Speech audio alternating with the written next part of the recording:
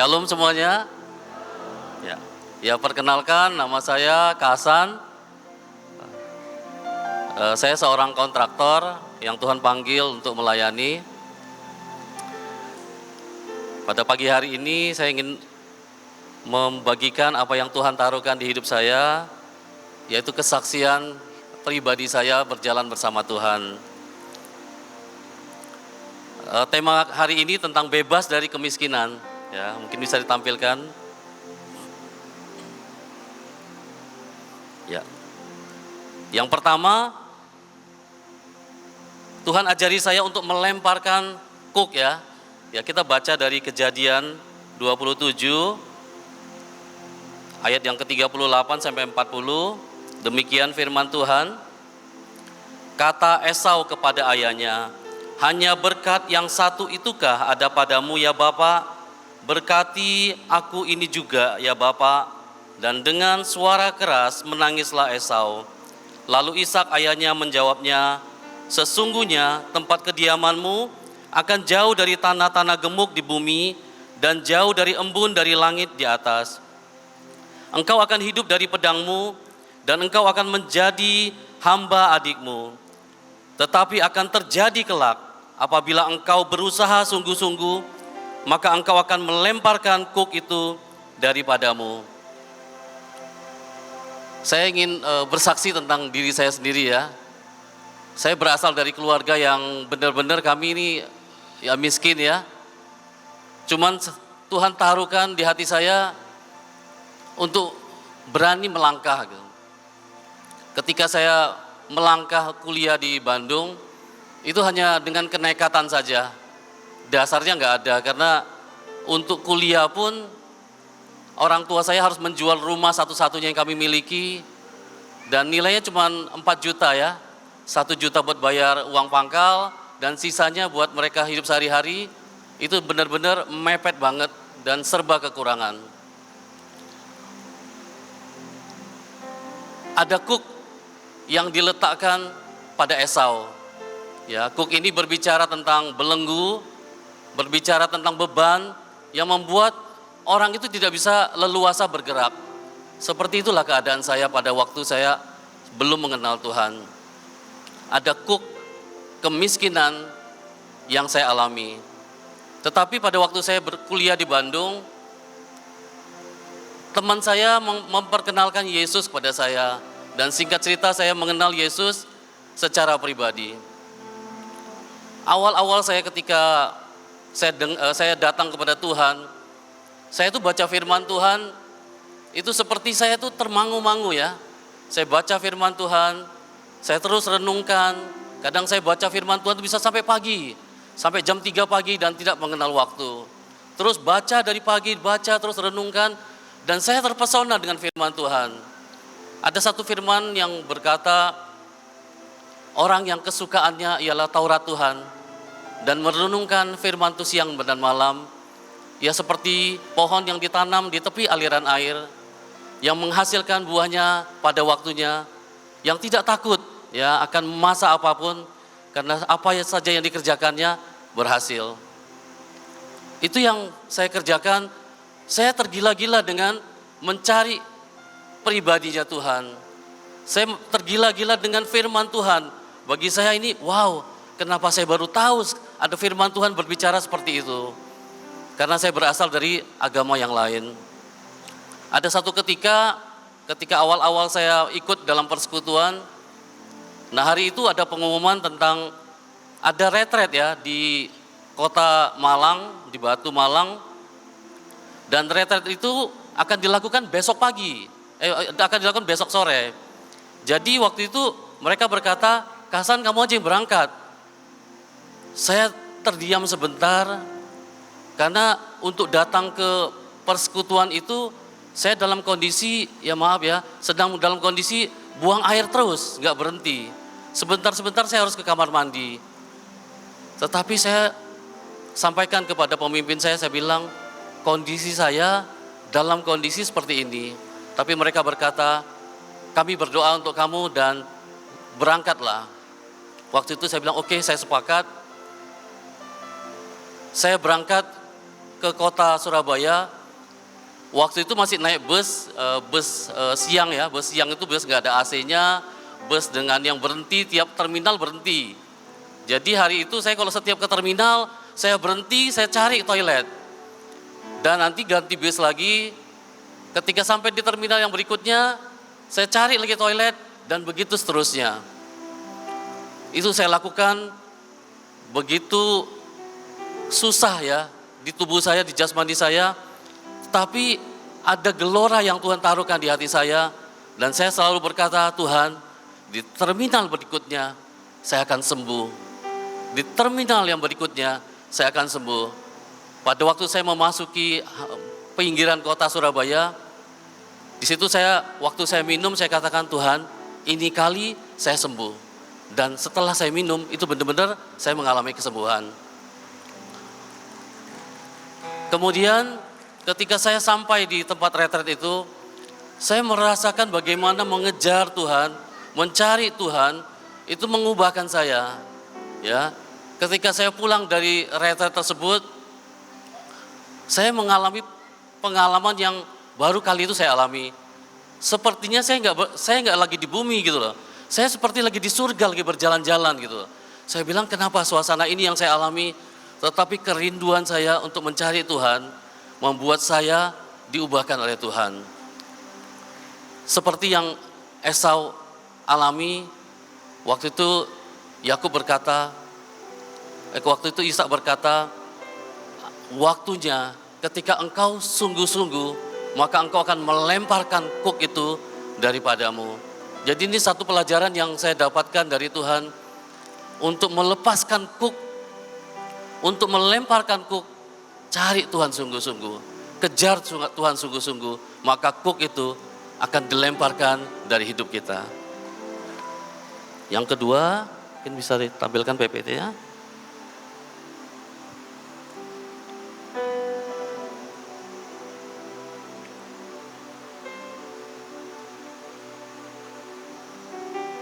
Ya, bisa diteruskan. Ya, yang kedua tentang mendengarkan suara Tuhan.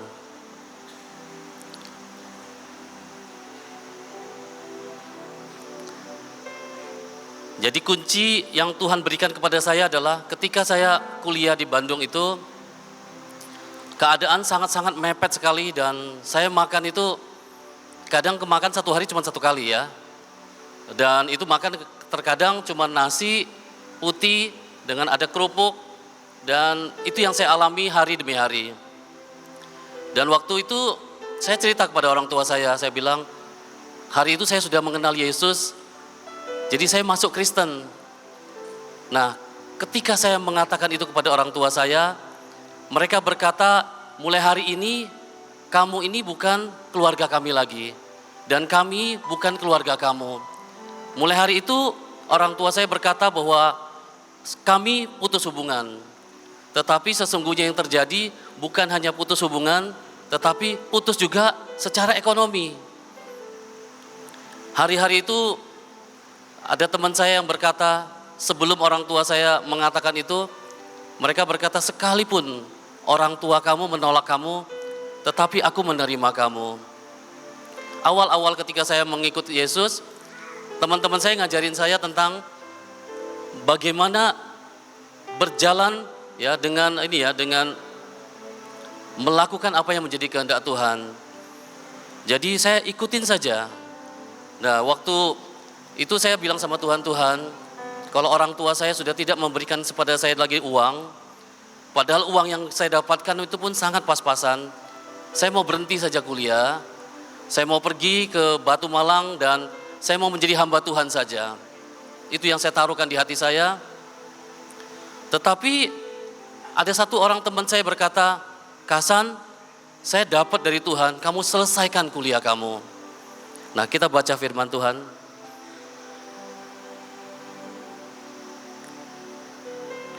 Dari 2 Tawarik 20 ayat 20. Keesokan harinya, pagi-pagi mereka maju menuju padang gurun Tekoa. Ketika mereka hendak berangkat, berdirilah Yosafat dan berkata, dengar hai Yehuda dan penduduk Yerusalem, percayalah kepada Tuhan Allahmu dan kamu akan tetap teguh. Percayalah kepada nabi-nabinya dan kamu akan berhasil. Jadi ketika saya belajar untuk mengikut suara Tuhan, yang saya rasakan ada jaminan pemeliharaan Tuhan. Dia Jehovah Jireh yang menyediakan segala yang saya butuhkan, asal saya mengikut apa yang menjadi kehendak Dia. Pada waktu itu ketika orang tua saya menghentikan semua keuangan, pemeliharaan Tuhan itu dimulai. Nah, waktu itu saya lagi doa di kamar saya. Belum 5 menit saya berdoa dan saya sedang menangis. Saya bilang, Tuhan, saya mau menjadi hamba-Mu, mengikut saja apa yang menjadi kehendak-Mu. Belum 5 menit saya masuk berdoa, tiba-tiba kamar saya diketuk dan ada 2 orang yang datang ke kamar saya dan berkata, Kasan, orang tua saya menitipkan uang kuliah buat kamu. Jadi hari itu saya melihat Tuhan sediakan uang kuliah saya. Bahkan dia katakan ini ada amplop yang kedua. Dia sediakan uang untuk biaya hidup saya sehari-hari selama 1 semester. Saya melihat Tuhan itu bekerja untuk kita mengandalkan Dia hari demi hari. Saya melihat setiap semester Tuhan buat mujizat. Tiba-tiba ada orang yang seharusnya dia yang mendapat jatah beasiswa. Tetapi ketika dia mendapatkan itu, wajah saya muncul di ingatannya dia. Dan dia minta saya yang mengaplikasikannya. Dan ketika saya aplikasikan, saya dapat beasiswa untuk biaya hidup sehari-hari. Kemudian ada teman lagi yang berkata, San, ini ada beasiswa dari kampus, supaya kamu mendapatkan beasiswa dari kampus. Dan ketika saya apply, saya berhasil.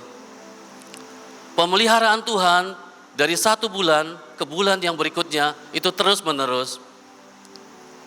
Dan ada satu ketika saya memasuki semester terakhir, karena keadaan ekonomi yang saya jalani itu dengan pas-pasan, saya makan sembarangan. Hari itu saya kena penyakit tipes ya. Saya nggak tahu apa yang terjadi, tetapi badan saya panas dingin dan makin hari makin lemas. Waktu itu teman-teman saya bilang, San, berangkat ke rumah sakit. Saya bilang habis itu saya langsung ke rumah sakit. Dan ketika di rumah sakit, dokternya langsung bilang, kamu harus opnam sekarang juga. Saya langsung berpikir, kalau saya opnam, saya nggak punya uang. Saya langsung bilang kepada dokternya, dokter, hari ini juga saya pulang. Nah, begitu saya pulang sampai di kos-kosan, baru sampai pintu depan kos-kosan, saya langsung terjatuh dan saya pingsan.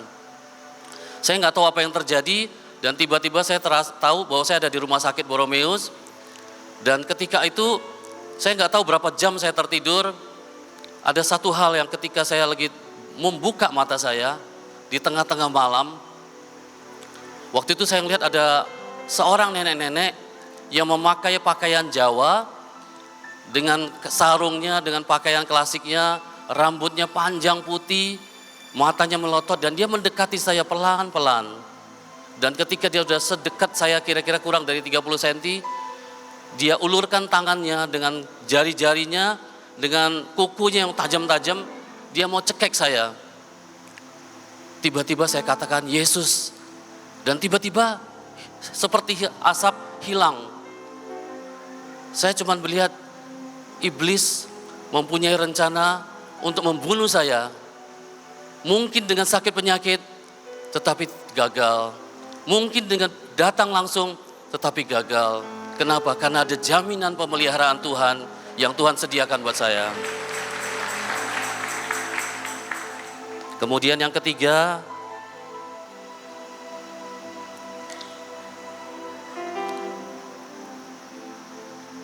kekuatan untuk memperoleh kekayaan. Saya baca dari Ulangan 8 ayat 18. Tetapi haruslah engkau ingat kepada Tuhan Allahmu, sebab Dialah yang memberikan kepadamu kekuatan untuk memperoleh kekayaan dengan maksud meneguhkan perjanjian yang diikrarkannya dengan sumpah kepada nenek moyangmu seperti sekarang ini. Nah, pada waktu itu Tuhan ajarin saya.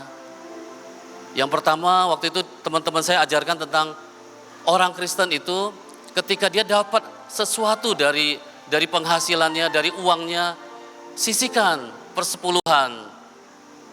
Di dalam hati saya berpikir, uang yang dari orang tua saya, untuk saya makan aja kadang-kadang 2 minggu udah putus. Ini kalau saya persembahkan lagi persepuluhan, bisa lebih cepat harinya habis ini uangnya.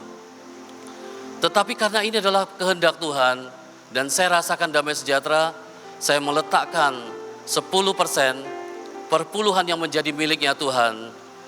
Dan saya mau baca dari Maleakhi 3 ayat 10. Demikian firman Tuhan, bawalah seluruh persembahan persepuluhan itu ke dalam rumah perbendaharaan, supaya ada persediaan makanan di rumahku, dan ujilah aku, firman Tuhan semesta alam, apakah aku tidak membukakan bagimu tingkap-tingkap langit dan mencurahkan berkat kepadamu sampai berkelimpahan. Ini adalah satu yang Tuhan ajarkan kepada saya. Kalau kau mau memperoleh kekuatan untuk mendapatkan kekayaan, 10% yang menjadi haknya Tuhan, kamu kembalikan karena kesetiaanmu kepada Tuhan.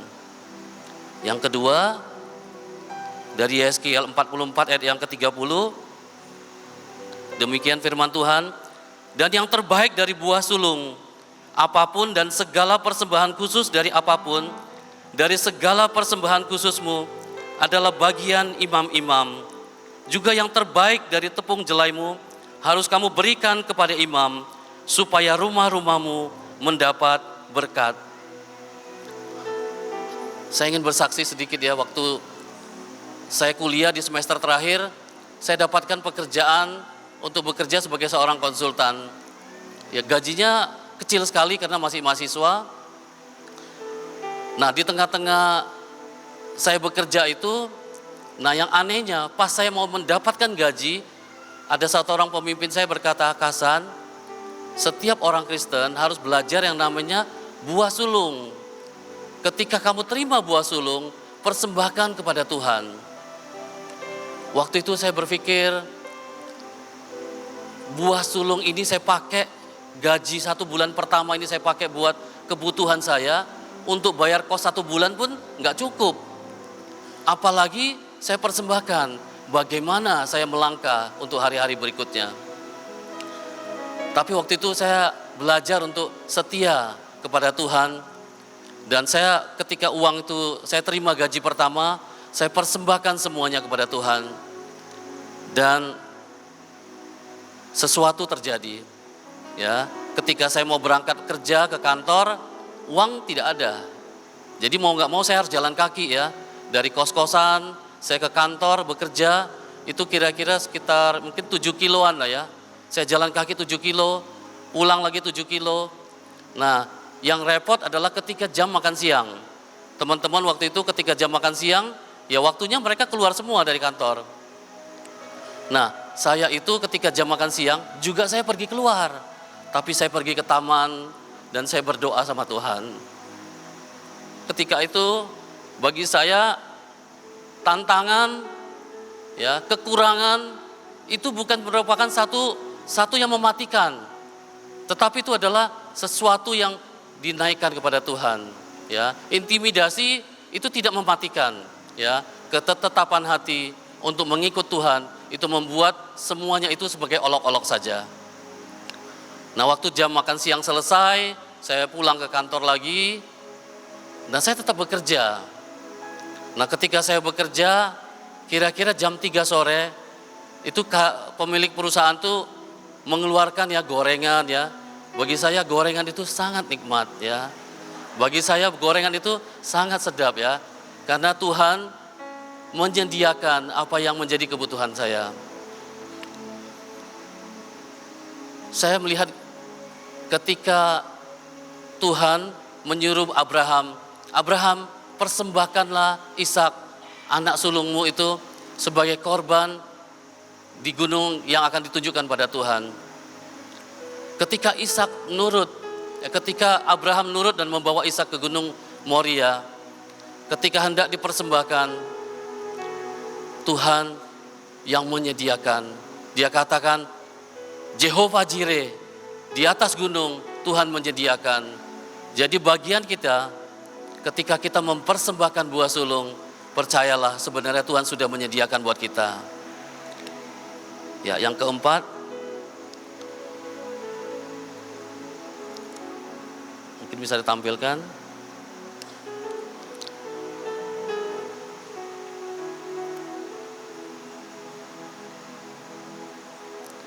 Ya, Mamon vs Tuhan ya. Saya mau baca dari Lukas 16 ayat yang 10 sampai 12. Barang siapa setia dalam perkara-perkara kecil, ia setia juga dalam perkara-perkara besar. Dan barang siapa tidak benar dalam perkara-perkara kecil, ia tidak benar juga dalam perkara-perkara besar. Jadi jikalau kamu tidak setia dalam hal mamon yang tidak jujur, siapakah yang akan mempercayakan kepadamu harta yang sesungguhnya? Dan jikalau kamu tidak setia dalam harta orang lain, siapakah yang akan menyerahkan hartamu sendiri kepadamu? Jadi awal-awal ketika begitu saya lulus kuliah, saya pindah ke Jakarta. Nah, begitu saya 1 tahun bekerja di Jakarta, Tuhan taruhkan di hati saya, nak beli rumah. Waktu itu Tuhan taruhkan, nak cari rumah sekitar Outer Ring Road. Saya belajar setia kepada Tuhan, belajar untuk nurut, saya cari rumah sekitar Outer Ring Road. Nah, ketika saya cari rumah, ketemulah rumah di Medland di Jakarta Barat, Tangerang sana. Waktu itu saya tanya harga rumahnya. Nah, ketika saya tanya harga rumahnya, saya langsung bilang, Pak, kasih rumah yang paling kecil, yang paling murah saja. Kenapa? Karena lumayan mahal. Waktu itu disodorkan pembiayaannya, dan ketika saya melihat pembiayaannya, itu gaji saya waktu itu baru 1,2 juta ya per bulan. Itu cicilan per bulannya 2,4 juta. Jadi itu melampauin kemampuan saya. Tetapi Tuhan taruhkan di hati saya, nak ambil rumah. Jadi waktu itu saya melangkah saja. Waktu saya melangkah, bulan pertama saya masih bisa bayar. Karena udah kerja setahun saya masih punya tabungan. Bulan kedua saya masih punya tabungan. Jadi saya masih bisa bayar.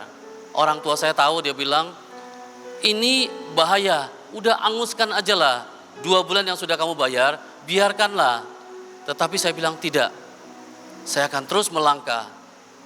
Bulan ketiga uang saya sudah tidak ada, tabungannya sudah habis. Tetapi waktu itu saya cuman ikut saja Tuhan.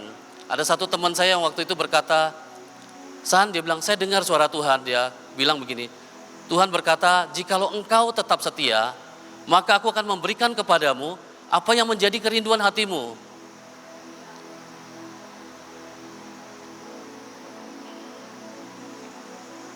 Waktu itu saya bilang, Tuhan, saya nggak mengerti artinya setia itu bagaimana.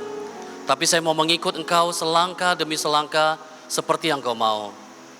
Nah, seperti biasa saya pagi-pagi ke kantor. Nah, hari itu berbeda. Tiba-tiba direktur saya datang, dia langsung bilang kepada saya, San, saya dengar kamu baru beli rumah ya? Saya bilang, iya Pak. Nah, satu statement yang dia katakan kemudian, kok nggak bilang-bilang beli rumah? Saya diam saja, karena saya nggak mau pakai pesan sponsor, saya beli rumah supaya bos saya bayarin. Atau bos saya memberikan utangan pada saya. Saya diam saja, dan akhirnya dia bilang, oke, tunggu kamu di sini sebentar. Dia masuk ke ruangannya dia. Lama saya tunggu-tunggu, ini direktur saya nggak keluar-keluar. Karena zaman dulu kalau kantor itu kan tertutup ya, nggak ada jendela, nggak ada akses untuk bisa ngelihat ke dalam. Lama dia di dalam. Dan ketika dia keluar, dia kasih saya sebuah amplop. Isinya ketika saya buka itu 12 lembar cek, nilainya 1,2 juta selembar. Jadi cukup buat membiayai kebutuhan saya selama 1 tahun. Sebenarnya ini yang mau saya sampaikan. Gaji saya 1,2, cek yang diberikan kepada saya 1,2 ya. Tuhan itu ketika dia memberi, seperti Abraham diberikan Tuhan Ishak, Tuhan itu suka menguji hati kita. Waktu itu saya bilang sama Tuhan, Tuhan, saya punya 1,2 juta gaji sebulan, Ini toh berjalan kok sampai 2 bulan. Kenapa sekarang 2,4? Saya takut melangkah bersama Tuhan. Kemudian saya ambil sikap, Tuhan, saya akan berketetapan hati. Tantangan itu tidak menghentikan saya. Ya, intimidasi, teror itu tidak menghentikan saya. Saya sisihkan 2,4, 240.000 itu saya kembalikan kepada Tuhan persepuluhannya. Dan saya melangkah berjalan bersama Tuhan. Hari-hari itu memang ngeri-ngeri sedap ya. Uang yang diterima gaji hari pertama langsung habis. Bahkan kurang untuk mencukupkan bayar cicilan. Belum lagi saya harus ke gereja, memberikan persembahan untuk makan dan lain sebagainya. Tetapi berjalan bersama Tuhan, itu iman itu terus tumbuh. Ya, saya menyaksikan bagaimana kemurahan hati Tuhan ya. Ketika itu saya lagi berjalan di kompleks perumahan kami, ada satu gereja yang sedang dibangun. Nah, ketika gereja itu sedang dibangun, mereka gali pondasi, mereka kerjakan pondasi tersebut, dan ketika kolom pertama besinya baru naik, tiba-tiba berhenti. Karena saya tinggal di kompleks, setiap hari saya lewat. Pagi saya lewat, sore saya lewat. Ketika berhenti 1 hari, 2 hari, seminggu, 2 minggu, saya tanya Tuhan, Tuhan, ini gerejamu bangun dan berhenti. Apa yang harus dilakukan ya Tuhan? Tuhan taruhkan di hati saya, temui pendetanya. Dan saya waktu itu temui pendetanya, saya bilang, Pak Pendeta, saya mau bicara. Nah, waktu itu saya bukan jemaat daripada gereja tersebut, karena pendetanya ngelihat ini ada jemaat baru, dia bilang, oke, saya datang ke rumah kamu aja, jangan di rumah saya. Oke, akhirnya saya tunggu Bapak Pendeta ke rumah saya. Ketika dia datang ke rumah, saya bilang, Pak Pendeta, itu gereja lagi bangun ya. Dia diam, gak berani ngomong, karena izinnya belum ada. Tetapi karena dia dengar, saya juga Kristen, dia bilang, iya betul, mau bangun gereja. Memang kenapa, dia bilang, Tuhan taruhkan di hati saya akan persembahkan untuk kebutuhan keramik, untuk gereja tersebut saya sediakan semuanya. Waktu itu Bapak Pendetanya matanya berkaca-kaca ya, karena waktu itu istri saya memang suka bersih-bersih di rumah. Nah, tapi yang dia lihat sebenarnya rumah kami itu bersih. Nggak ada meja, nggak ada kursi, nggak ada apa-apa. Karena kami itu masih baru menikah. Jadi waktu itu dia matanya berkaca-kaca dan dia pulang dia berkati saya. Nah, esok harinya saya nggak tahu apa yang dia omongkan di gereja. Itu tiba-tiba gereja itu dibangun dengan cepat. Bum, bum, bum. Saya cuma melihat ruko yang sebelah yang sudah dibangun itu 2 lantai. Tetapi gereja ini dibangun 4 lantai. Saya bilang, Tuhan, kalau 2 lantai keramiknya sekian, 4 lantai keramiknya berarti 2 kali lipat.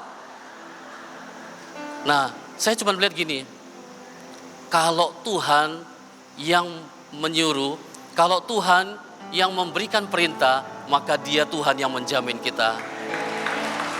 Dia tidak pernah mempermalukan saya. Ketika itu saya masih dalam kondisi pas-pasan ya, karena masih nyicil rumah, tetapi Tuhan itu memberkati saya ya. Tiba-tiba usaha yang saya kerjakan, entah gimana caranya, penuh dengan keuntungan. Sehingga apa yang mereka butuhkan, itu bisa tercukupi semuanya. Nah, saya mau baca yang kelima ya, tentang iman. Mungkin bisa ditampilkan ayatnya. Dari Amsal 18 ayat ke-21. Hidup dan mati dikuasai oleh lidah. Siapa suka menggemakannya akan memakan buahnya. Ketika itu Tuhan memberikan kepada saya kesempatan untuk memiliki perusahaan. Saya jalan dengan istilahnya orang bilang modal dengkul lah ya. Tetapi ketika itu saya melangkah karena Tuhan taruhkan di hati saya, nah nanti umur 30 tahun kamu akan jadi pengusaha. Nah, waktu itu saya dapatkan satu proyek pemula. Nah, proyek pertama itu ada dapat kira-kira 1000 meter lah. Nah, waktu kami kerjakan proyek pertama itu, waktu selesai dikerjakan, saya dipanggil sama pemilik perusahaan. Dia katakan, Kasan, kamu ngerti gak cara pasang keramik? Saya pikir saya ini insinyur, saya tahu pasang keramik. Tetapi kenyataannya, pasangan yang kami lakukan semuanya berantakan. Dan akhirnya pemilik perusahaan tersebut berkata, dibongkar semua pekerjaannya dan saya ditendang lah istilahnya. Hari itu saya kumpulkan kepada tim kami semua, saya bilang sama mereka semua, putuskan hari ini, mumpung baru proyek pertama, baru mulai usaha, putuskan hari ini, apakah kita bubar atau katakan mulai hari ini kita menjadi yang terbaik. Waktu itu mereka diam semuanya, karena mereka tahu mereka salah, pekerjaannya semua berantakan, dan mereka sepakat, oke Pak, kami mau jadi yang terbaik. Nah, ada satu kesaksian yang saya mau saksikan. Satu hari Tuhan kasih kesempatan saya untuk mengerjakan satu proyek yang kedua. Proyeknya nggak terlalu besar, dan waktu itu saya lagi ada kebutuhan untuk membeli semen kira-kira 2-3 sak lah. Sore-sore saya datang ke toko material dekat rumah, dan ketika itu saya bilang sama pemilik toko material, kok saya butuh semen. Nah, waktu itu dia siapin semen. Saya saking semangatnya saya berkata kepada engkonya gini, kok kami ini kontraktor keramik terbaik se-Indonesia. Ya, padahal waktu itu saya masih naik mobil pickup, mobil tua, pakaian saya juga masih berantakan. Waktu itu dia tarik baju saya, dia bilang gini, sorry ya, dia bilang, omong besar gitu loh. Saya terkejut. Waktu dia bilang omong besar, saya cuma tahu ya, ternyata itu sudah masuk sampai ke setiap sel di hidup saya, bahwa kami adalah kontraktor yang terbaik. Jadi ketika dia katakan omong besar itu tidak membuat saya langsung ciut ya. Saya bilang, wow, iman itu adalah mendengarkan apa yang dari Tuhan dan melangkah. Jadi saya langsung bilang, Tuhan, kami ini adalah kontraktor terbaik pemasangan keramik di Indonesia.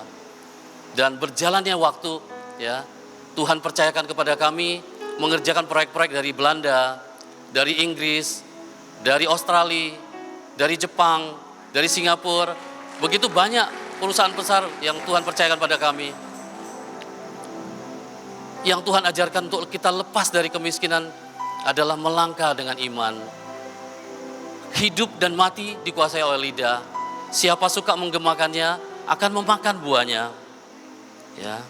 Selanjutnya saya mau bacakan dari Yoel 2 yang ke-25 tentang perang.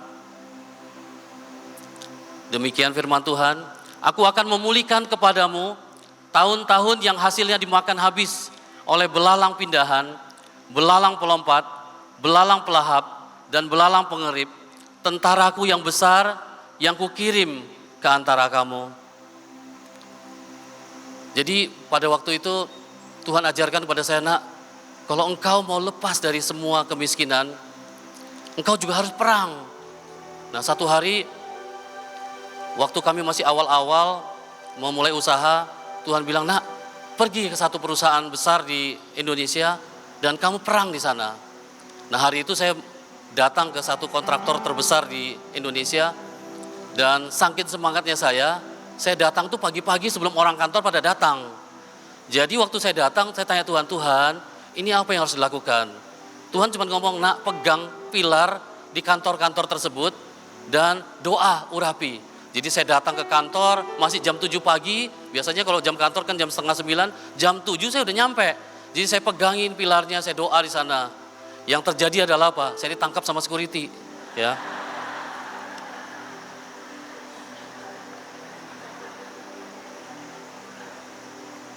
Waktu itu saya dipanggil sama kepala security, kamu yang naik motor itu ya? Ngapain kamu di sini? Mau lihat-lihat apa?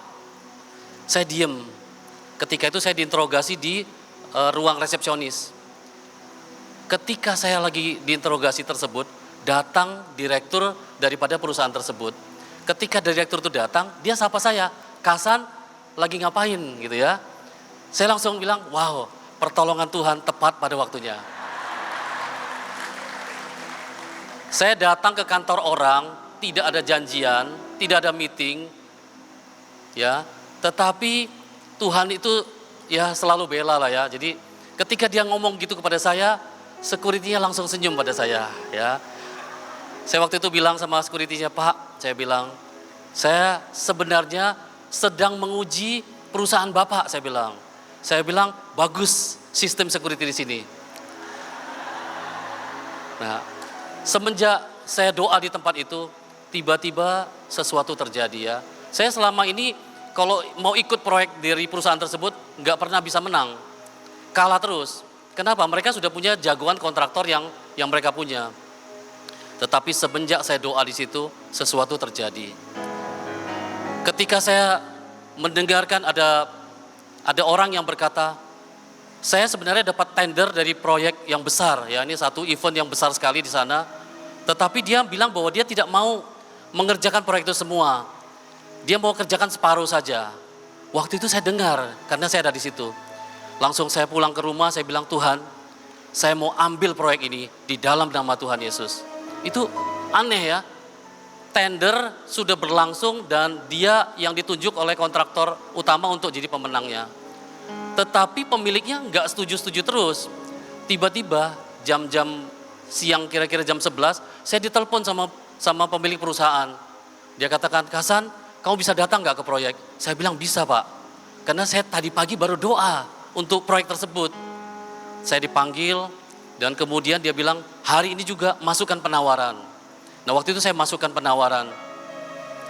Ketika itu singkat cerita kami yang menang. Ya, proyek sudah di tangan orang, itu bisa kita ambil alih. Berkali-kali saya alami, ada satu proyek lagi proyek yang besar lagi di luar kota. Saya waktu itu lagi ngobrol sama teman saya, dia cerita tentang proyek tersebut, dan saya katakan, saya mau ikut proyek ini. Dia bilang, gak bisa, gak mungkin kamu bisa masuk proyek ini. Karena dia tahu, SPK-nya, kontraknya sudah sign dan pemenangnya adalah orang lain. Tetapi saya bilang sama dia, enggak, saya mau ikut proyek ini. Jadi ketika itu saya cuma tahu gini ya, Tuhan ketika dia memberikan otoritas kepada kita, maka apa yang kita minta itu akan menjadi kenyataan. Hari itu saya doa di rumah, saya bilang, Tuhan saya mau ikut proyek ini. Itu aneh. Tiba-tiba pemilik perusahaan itu bilang begini, saya mau minta kontraktor yang sudah menang itu untuk tunjukkan proyek yang sudah pernah dia kerjakan. Tiba-tiba kontraktor tersebut gemetar dan dia bilang dia mundur. Nah ketika mundur teman saya langsung bilang, San kamu aja yang ikut ya, kamu yang pasang proyek ini. Jadi saya lihat Tuhan itu adalah Tuhan yang suka dengan keajaiban. Jadi ketika saya lihat bahkan proyek-proyek yang sudah dimenangkan orang lain, itu Tuhan serahkan kepada kita. Supaya apa? Supaya kita diberkati.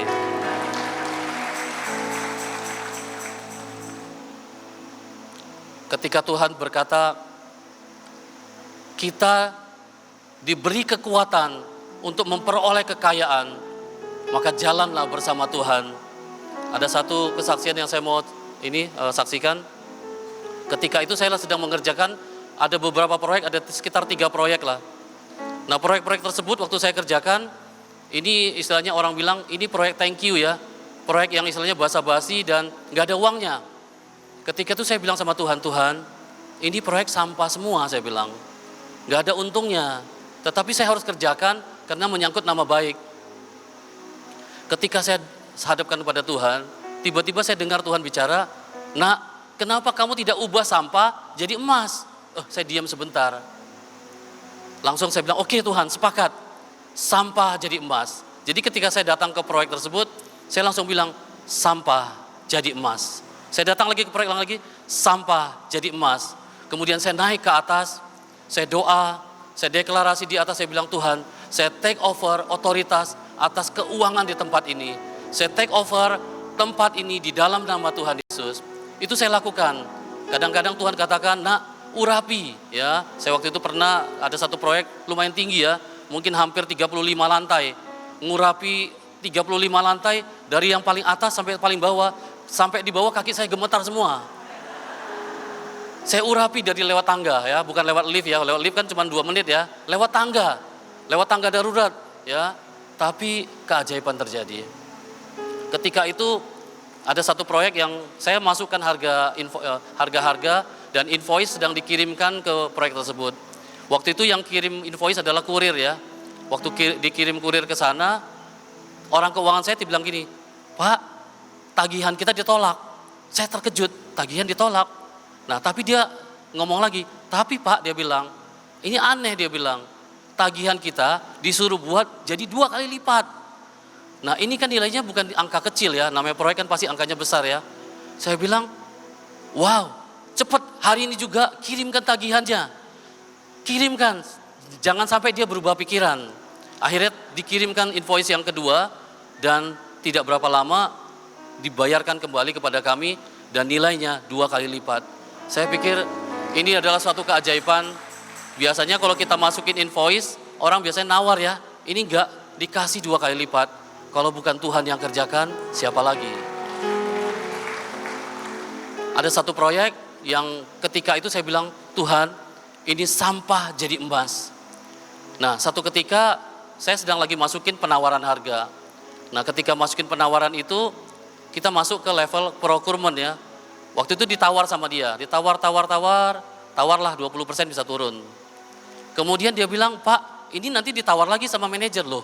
Saya pikir udah final, ternyata masih ditawar lagi sama manajer yang berikutnya. Waktu ditawar, saya dipres, dipaksa supaya terima diskonnya sampai 35%. Saya bilang, wow ini udah gak ada untungnya ini kerjaan nih. Udah sampah semua nih. Tapi saya bilang, Tuhan sampah jadi emas. Tiba-tiba saya dipanggil sama direkturnya. Direkturnya orang dari luar negeri.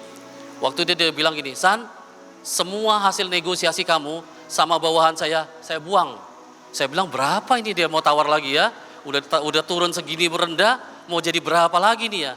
Tapi aneh dia bilang gini, San, kamu ikutin aja angkanya saya bilang. Oke siap Pak. Ketika saya lihat angkanya 30% lebih mahal daripada yang saya masukkan. Saya ngelihat Tuhan itu adalah Tuhan yang dia suka membuat kita ini tergantung sama dia. Tuhan yang suka membuat kita ini percaya bahwa dia itu adalah Tuhan pembuat mujizat. Ya. Yang terakhir saya mau bagikan, yang ketujuh adalah tentang, ini bisa tampilkan? Ya. Manis sikapnya dan elok parasnya. Kita baca dari Kejadian 39 ayat yang ke-6. Segala miliknya diserahkannya kepada Yusuf, dan dengan bantuan Yusuf, ia tidak usah lagi mengatur apa-apapun selain dari makanannya sendiri. Adapun Yusuf itu manis sikapnya dan elok parasnya. Jadi Tuhan ajarkan kepada saya, nah kalau mau bisnis itu manis sikapnya ya, dan kita harus elok ya di matanya owner itu. Ya mungkin teman-teman ada yang punya kesaksian kali ya, kalau belanja di pasar ya, kan ada ibu-ibu kalau kadang-kadang kalau lihat saja, gak usah beli, gak usah lihat dia bilang gitu. Belum apa-apa kita udah bete duluan ya, udah gak pengen beli ya. Tetapi Tuhan ajarkan, ayo manis sikap kita ya. Ada satu kesaksian, waktu itu saya sedang negosiasi sama klien ya.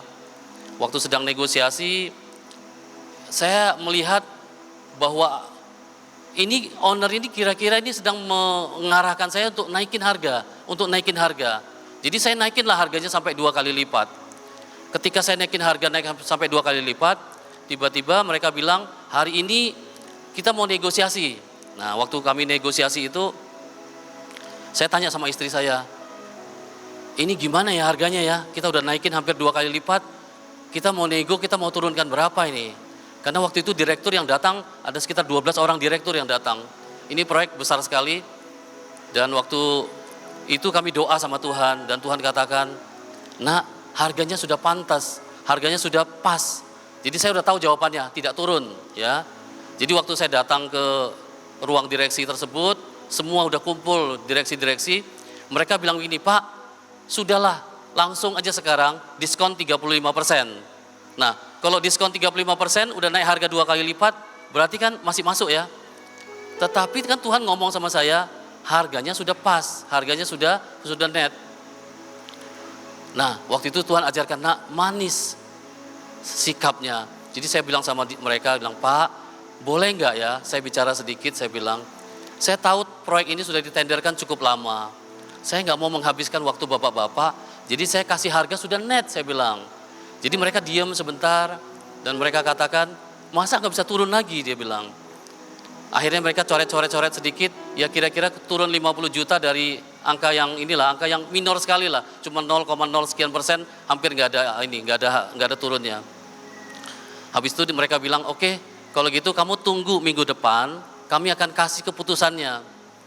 Nah waktu itu saya bilang sama Tuhan, Tuhan ini gimana nih ya, kalau saya tunggu minggu depan, kira-kira siapa nih pemenangnya? Tetapi Tuhan taruhkan kepada saya, nak ayo bicara. Nah waktu itu saya bicara sama mereka, saya bilang gini, Pak, minggu depan saya mau berangkat ke Bermuda, ke Amerika Tengah. Boleh nggak diputuskan hari ini? Sehingga kalau diputuskan hari ini, saya masih punya kesempatan untuk mengurus proyek ini. Akhirnya mereka berembuk semuanya, dan ketika mereka berembuk, mereka katakan, oke, hari ini kami tentukan pemenangnya adalah kamu. Langsung dia tentukan pemenangnya. Tetapi waktu itu saya bilang sama mereka, Pak boleh nggak ya, sekali lagi saya bicara, boleh nggak saya ditandatanganin hasil penawaran tersebut, supaya saya langsung kerja hari ini juga. Langsung mereka tanda tangan, direktur-direktur itu pada tanda tangan. Saya cuma bilang, Tuhan, Engkau yang menyuruh kami bersikap manis, bersikap elok, seperti ketika Yusuf dipanggil oleh Firaun, dia tetap manis. Ada satu kesaksian yang saya mau saksikan. Pada suatu kali kami dipanggil untuk mengerjakan satu proyek dari jaringan rumah sakit yang salah satu yang terbesar di Indonesia. Waktu itu adalah proyek perdana yang kami kerjakan di rumah sakit tersebut. Nah waktu kami kerjakan proyek tersebut, staf saya bilang, Pak ini kita rugi. Kenapa? Karena pengerjaannya sangat lama sehingga overhead kita membengkak. Kita turunkan kualitasnya, kita turunkan speknya, kita turunkan supaya keuangan kita pengeluarannya berkurang. Tetapi saya waktu itu katakan, tidak, kerjakan dengan semaksimal mungkin, kerjakan dengan all out. Waktu itu kami kerjakan dengan all out, hasilnya owner puas, seluruh Indonesia terbuka buat kami untuk mengerjakan rumah sakit tersebut. Saya melihat ketika Tuhan ajarkan kepada saya untuk lepas dari kepada kemiskinan, yaitu miliki spirit of excellence. Ketika kita punya spirit yang excellent, kita punya ketetapan hati sama Tuhan, tidak ada yang menghentikan kita. Sakit penyakit, tidak. Kekhawatiran, tidak. Keuangan, tidak. Semua itu tidak akan menghentikan kita. Tetapi Tuhan yang menyediakan bagi kita semua yang kita butuhkan. Ada satu kesaksian terakhir yang mau saya saksikan. Waktu itu saya mendapatkan telepon dari satu owner. Nah waktu dia telepon itu negosiasinya cuma by phone. Nah ketika negosiasi by phone, dia katakan oke, deal, harganya sepakat. Tapi waktu kamu cuma 45 hari mengerjakan proyek 3,5 hektar. Waktu itu saya bilang, wow, ini proyeknya sangat cepat sekali, sangat buru-buru. Hari itu juga saya langsung berangkat ke luar kota untuk menemui proyek tersebut. Dan hari itu sebenarnya kami nggak punya uang. Dan yang anehnya lagi, kami tidak dapatkan DP. Kenapa? Kami perusahaannya masih baru, sehingga surat-surat itu tidak mendapatkan kemudahan dari bank untuk mendapatkan jaminan pelaksanaan. Tetapi ketika saya terus berjalan sama Tuhan, melangkah dengan iman, Tuhan itu banyak buat gara-gara ya. Jadi ada satu masa waktu itu ada Merapi lagi sedang meletus, saya lagi berangkat ke Merapi. Waktu saya berangkat ke Merapi, saya mengerjakan apa yang menjadi tugas pelayanan saya, dan tiba-tiba saya ditelepon sama klien, kenapa kamu menolak proyek saya? Dia bilang gitu. Saya bilang saya tidak nolak, saya bilang. Tapi saya nggak tahu, dia bilang. Ya sudahlah, kamu di mana? Saya lagi di Jogja, saya bilang. Segera pulang dan kamu datang ke kantor saya. Setelah saya pulang dari Jogja, saya ke kantornya, dia langsung bilang, udahlah, kamu terima saja, sekarang juga DP saya sediakan buat kamu. Jadi untuk mengerjakan proyek yang 45 hari itu, Tuhan sudah sediakan DP dari proyek lain. Padahal proyeknya masih jauh. Tuhan buat gara-gara orang menyediakan uang buat membiayai proyek yang saya kerjakan. Tetapi DP tersebut hanya berjalan tidak lama ya. Setelah jalan beberapa waktu, uangnya habis semua. Ketika uang habis, saya itu dijatah ya, setiap hari harus kirim pasir berapa truk ke proyek. Nah, hari ketika uang kami habis, pasir itu tidak bisa masuk, Tuhan buat gara-gara. Dia gerakkan masyarakat untuk demo di tempat penambangan pasir. Supaya apa? Supaya menolong saya. Ketika itu saya ditelepon sama pimpinan proyek, Kasan, proyek kamu pasirnya mana? Saya cuma bilang, Pak, penambangan pasir, masyarakat lagi demo. Jadi truk gak bisa masuk dan gak bisa keluar. Padahal hari itu Tuhan sedang meluputkan saya supaya saya tidak dipermalukan. Waktu itu pemimpin proyek itu bilang begini, udahlah, dia bilang, mulai hari ini semua kebutuhan material kamu saya yang siapkan. Jadi saya tetap bisa mengerjakan proyek dengan material dari owner. Nah, begitu material dari owner tidak terputus, kami harus bayar gaji daripada tukang-tukang, uang juga kan habis juga ya. Tiba waktunya mereka gajian, mereka harus dapat gajian. Nah, sebelum tiba gajian mereka, tiba-tiba Tuhan buat gara-gara lagi. Tiba-tiba perusahaan yang kami kerjakan itu mendapatkan proyek baru yang membutuhkan spesifikasi project manager yang ada di proyek kami. Jadi akhirnya project manager tersebut dikirimlah ke tempat yang baru. Nah, datang project manager yang baru ke tempat kami. Ketika dia datang, nggak tahu anehnya ya, wajah saya aja yang diingat sama dia. Mana Kasan? Jadi saya dipanggil lah ke kantornya dia. Ketika itu dia langsung bilang, Kasan, saya minta 2 minggu lagi proyek ini harus selesai. Saya bilang, siap Pak, saya bilang. Ngomong sekarang, kalau kamu butuh 500 juta, sekarang juga saya keluarkan. Saya bilang, boleh Pak. Hari itu dia keluarkan cek 500 juta dan saya bisa menyelesaikan proyek tersebut.